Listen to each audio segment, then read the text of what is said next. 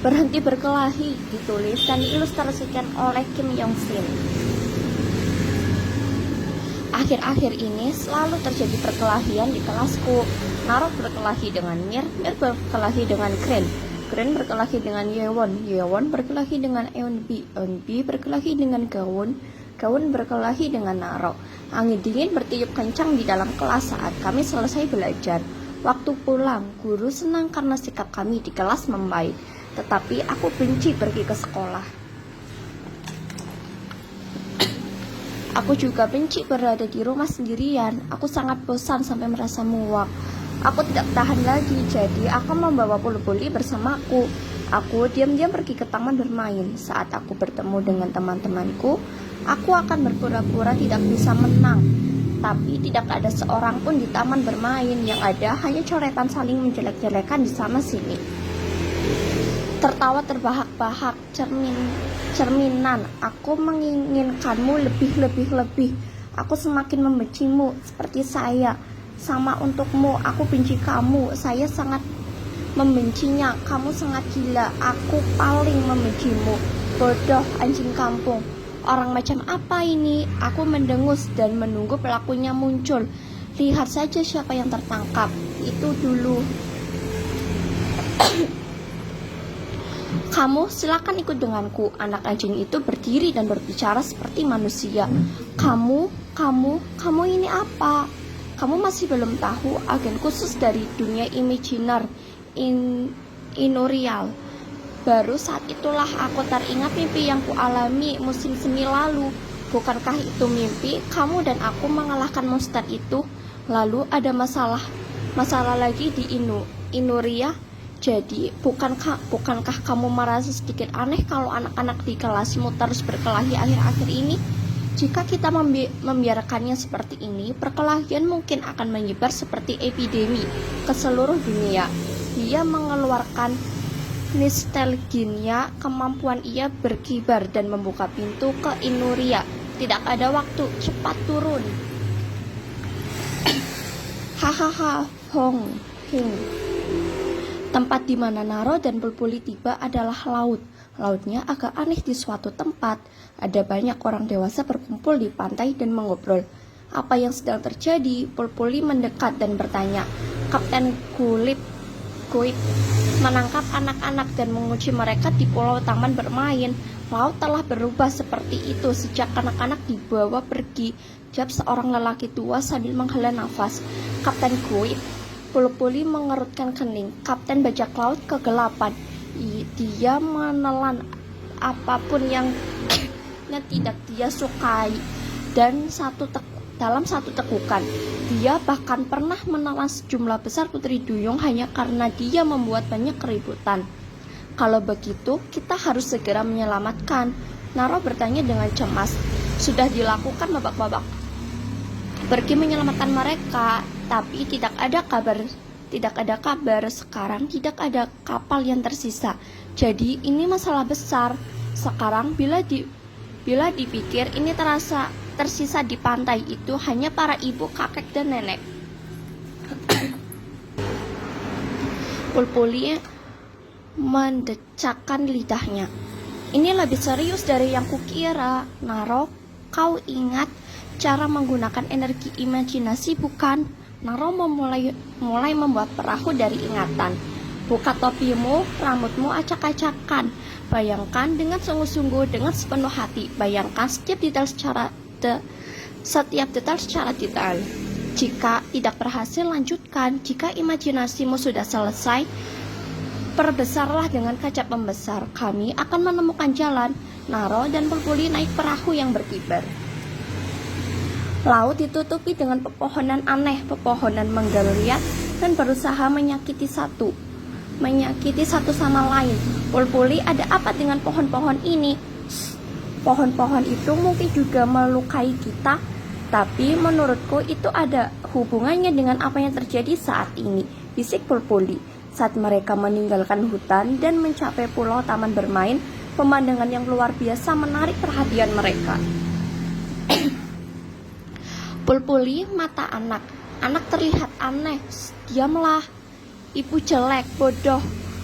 Kologen, aku benci itu, saya juga, saya paling membencinya, tertawa terbahak-bahak.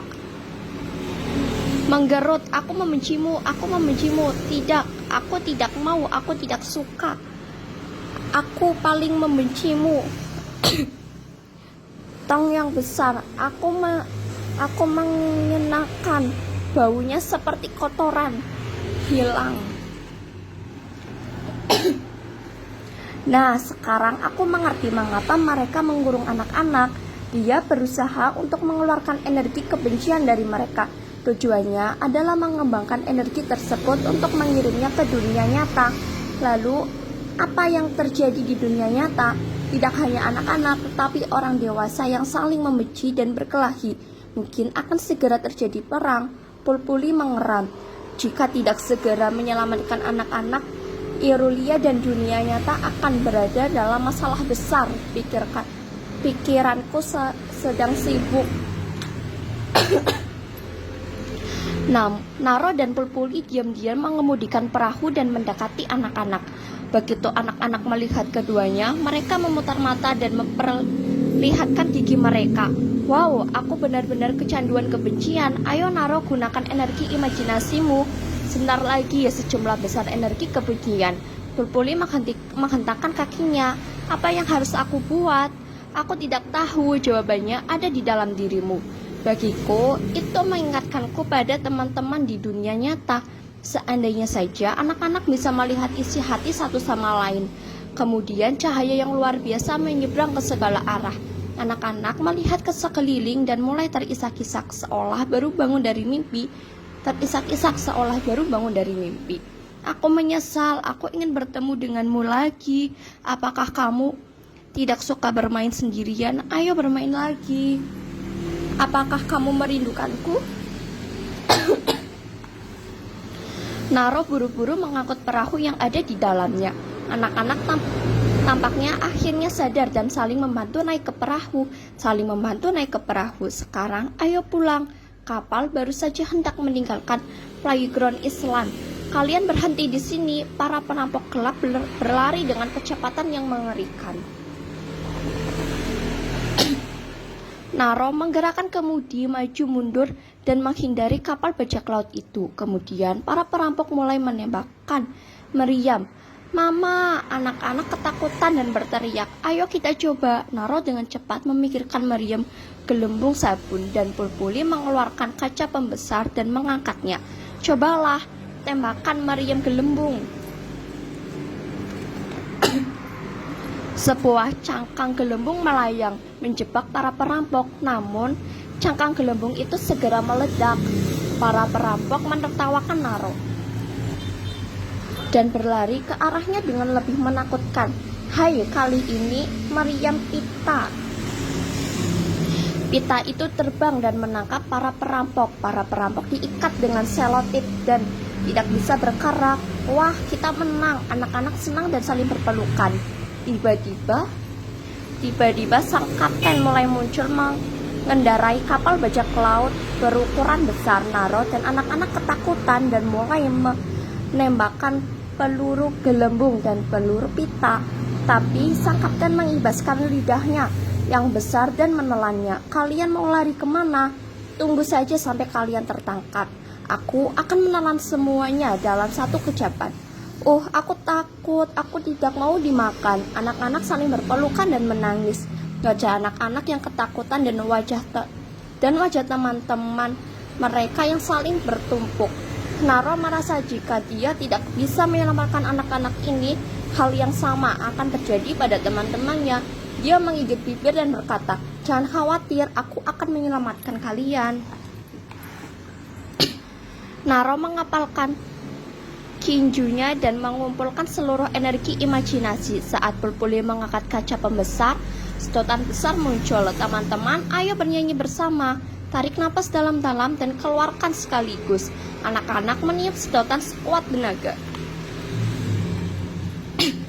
Kemudian gelembung-gelembung muncul dan gelombang seperti gunung naik.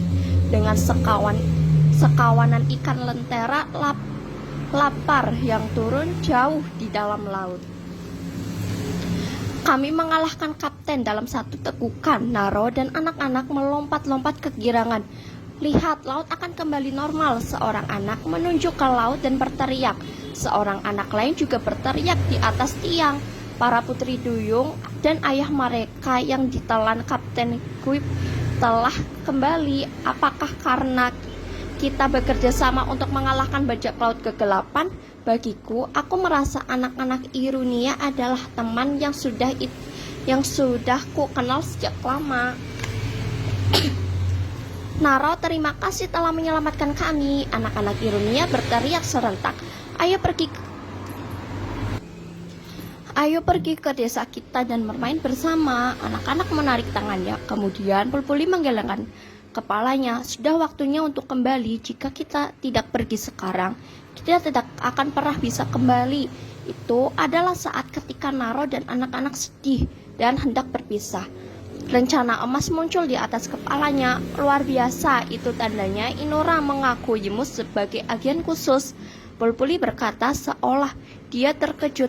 Wow, anak-anak Inuria juga senang. Naro menaruh lencana saya di saku dan mengucapkan selamat tinggal lagi kepada teman-teman Inuria. Naro dan Pulpuli kembali ke taman bermain dalam sekejap. Tepat setelah mereka pergi, saat Naro meluncur ke bawah perosotan, sebuah suara lucu terdengar dari belakangnya. Naro, minggir! Itu suara Mir. Saat Naro dan Mir bertabrakan, tawa pun pecah membahana. Mir, Kren, Yewon, Enbi, Kewon. Sebelum Naro menyadarinya, taman bermain itu penuh dengan teman-temannya.